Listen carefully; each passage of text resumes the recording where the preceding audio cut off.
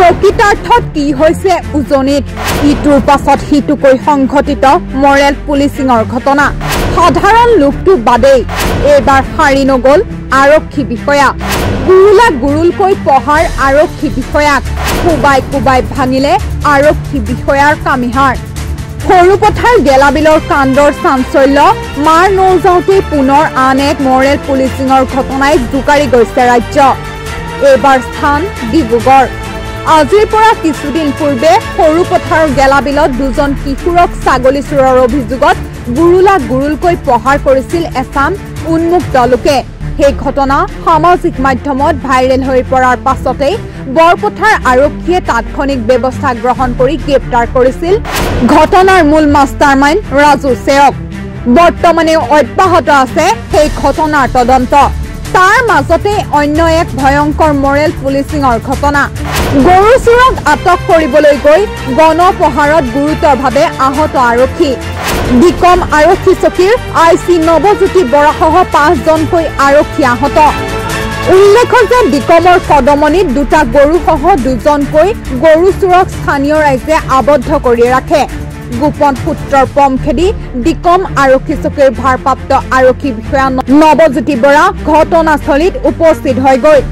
আৰক্ষীয়ে গৰু চোৰ দুটাক নিজৰ জিম্মাত ৰাখিবলৈ চেষ্টা কৰোঁতে স্থানীয় ৰাইজে প্ৰহাৰ কৰে আৰক্ষীৰ দলটোক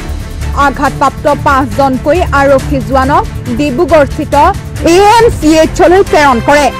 উল্লেখ যে গৰু চোৰ দুটা স্থানীয় ৰাইজে ৰক্ষণাবেক্ষণ দিব বিচাৰিছিল স্থানীয় ৰাইজে বাধা দিছিল আৰক্ষীক অৱগত কৰিবলৈ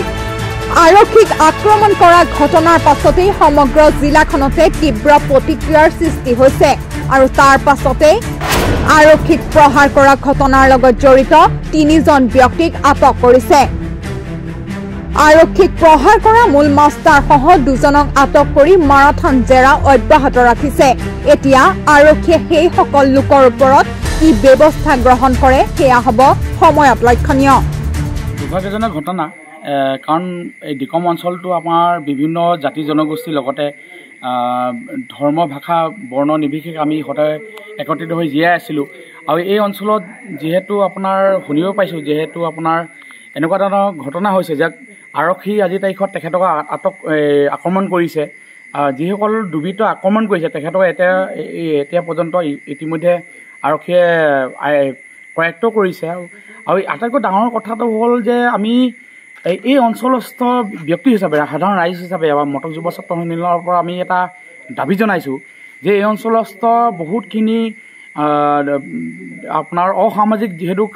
কাৰ্যকলাপ চলি আছে এই অসামাজিক কাৰ্যকলাপসমূহত তেখেতলোকে আজি যিজন আমাৰ ডিকম আৰক্ষী চকী যিখন ভাৰপ্ৰাপ্ত আৰক্ষী বিষয়া তেখেত আমি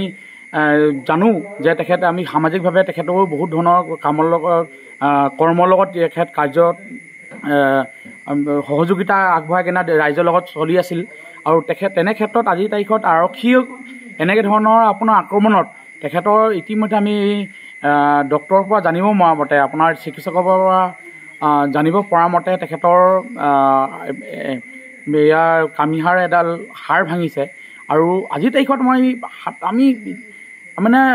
অচিন্তত ভুগিছোঁ আমি এনেকুৱা ধৰণৰ আমি চিন্তাত ভুগিবলগীয়া হৈছে যে আৰক্ষী প্ৰশাসন আজি যে সুৰক্ষিত নহয় সাধাৰণ ৰাইজ ক'ত সুৰক্ষিত হ'ব আৰু আপুনি জানে যে এই অঞ্চলস্থ বহুত আৰু কিছুদিনৰ পৰা চোৰৰ যি উপদ্ৰৱ বা অসামাজিক কামৰ লগত যি ব্যক্তিসকল উপদ্ৰৱ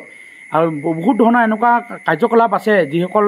ব্যক্তি এই লগত জড়িত হৈ আছে এইসকলক যদি প্ৰশাসনে তেখেতলোকক আমি সমান্তৰালভাৱে তেখেতলোকক গ্ৰাস কৰিবলৈ চেষ্টা কৰা সময়খিনিত গৈ কেনে আজি এই আৰক্ষী এনেকুৱা ধৰণৰ ঘটনাৰ লগত লিপ্ত হ'বলগীয়া হৈছে আৰু তেখেতক যিসকল এই অঞ্চলস্থ ব্যক্তিসকলে যিসকল আমি সদায় কৈ থাকোঁ যিসকল আমি সদায় কৈ থাকোঁ যে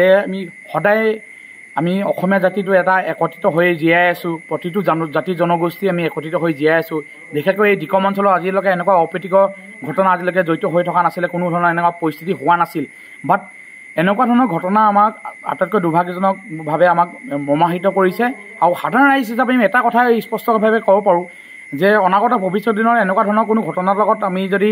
আৰক্ষী প্ৰশাসনত যদি মকিদুল কৰিব নোৱাৰে বা সমাহিত হৈ কিনে তেখেতলোকে যদি তেখেতলোকৰ মুখামুখি হ'ব নোৱাৰে সাধাৰণ ৰাইজ হিচাপে আমাক মাতক। আজিৰ তাৰিখত আমি দূষিত, আমি আজিৰ তাৰিখত আমি সংক্ৰান্তিত ভুগিবলগীয়া হৈছে। আমি বহুত এনেকুৱা ভয় শংকাত আমি ভুগিবলগীয়া হৈছে। সাধাৰণ ৰাইজ আজি ক'ত জীয়াই থাকিব? আৰক্ষী প্ৰশাসনক যদি এনেকুৱা ধৰণৰ হৈছে, আৰু মাননীয় অসমৰ মুখ্যমন্ত্ৰী হিমন্ত বিশ্ব শৰ্মাৰ লগতে আমাৰ DGP মহোদয়কো আমি অনুৰোধ জনাইছোঁ, লগতে ডিব্ৰুগড় জিলাৰ প্ৰশাসনকো আমি অনুৰোধ জনাইছোঁ যে এনেকুৱা ধৰণৰ যিবিলাক ঘটনা হৈ আছে আৰু আমাৰ যিবিলাক অঞ্চলস্থ ব্যক্তিসকলৰ যি পৰিচালনা, আজি আটাইতকৈ ডাঙৰ কথা, যিসকল ব্যক্তিক এতিয়ালৈকে কৰায়ত্ব কৰিছে ডাঙৰ কথা নহয়, কিন্তু তেখেতলোকৰ আঁৰত কোন আছিলে? আটাইতকৈ ডাঙৰ কথা সেইটো। তেখেতলোকক কাৰ সাহসত তেখেতলোকে এনেকুৱা ধৰণৰ ঘটনা কৰিবলৈ আজিৰ তাৰিখত সাহস পাইছে? সেইকাৰণে ডাঙৰ কথা, ডাঙৰ প্ৰশ্ন। স্পষ্টভাৱে এটাই কৈছোঁ যে আহিবলগীয়া ভৱিষ্যত দিনত আপোনালোকৰ কাৰণে সকলোৰ বাবে এটাই অনুৰোধ, ৰাইজৰ বাবে এটা অনুৰোধ যে আৰক্ষী প্ৰশাসনৰ লগতে সেইটো কাৰণে নহয় যে আমি সাধাৰণ ৰাইজ হিচাপে আমি সদায় আজি লাচিতৰ দেশৰ যুৱক হিচাপে আমি জীয়াই আছোঁ। আমি সদায় এনেকুৱা ধৰণ আমি যুৱক হিচাপে জীয়াই আছোঁ, প্ৰতিটো সংগ্ৰামৰ লগত জড়িত হৈ আছোঁ। কিন্তু ভৱিষ্যত দিনত এনেকুৱা ধৰণৰ ঘটনা নহওক আৰু ঘটনা হ'বলৈ নিদিওঁৱেই, সেইটো কথা স্পষ্টভাৱে আমাকো প্ৰশাসনে আমাক অলপভাৱে মুকলিভাৱে তেখেতলোকে কৈ দিয়ক। কোনো ধৰণৰ আমি অপ্ৰীতিকৰ ঘটনা, আমি অপ্ৰীতিকৰ পৰিস্থিতি বা কোনো সাম্প্ৰদায়িক কোনো গোষ্ঠীগত সংঘৰ্ষক আমি লিপ্ত হ'ব নিবিচাৰোঁ। কিন্তু এনেকুৱা ধৰণৰ দুৰ্বৃত্তক আমি সদায় কৰায়ত্ব কৰিবলৈ, এনেকুৱা প্ৰতিহিত কৰিবলৈ, আমি এনেকুৱা ধৰণৰ ঘটনাক আমি প্ৰতিহিত কৰিবলৈ কিন্তু সদায় সাজু আছোঁ, এই কথা কিন্তু স্পষ্ট। নিউজ ডেস্ক ৰিপৰ্ট, এনি টক।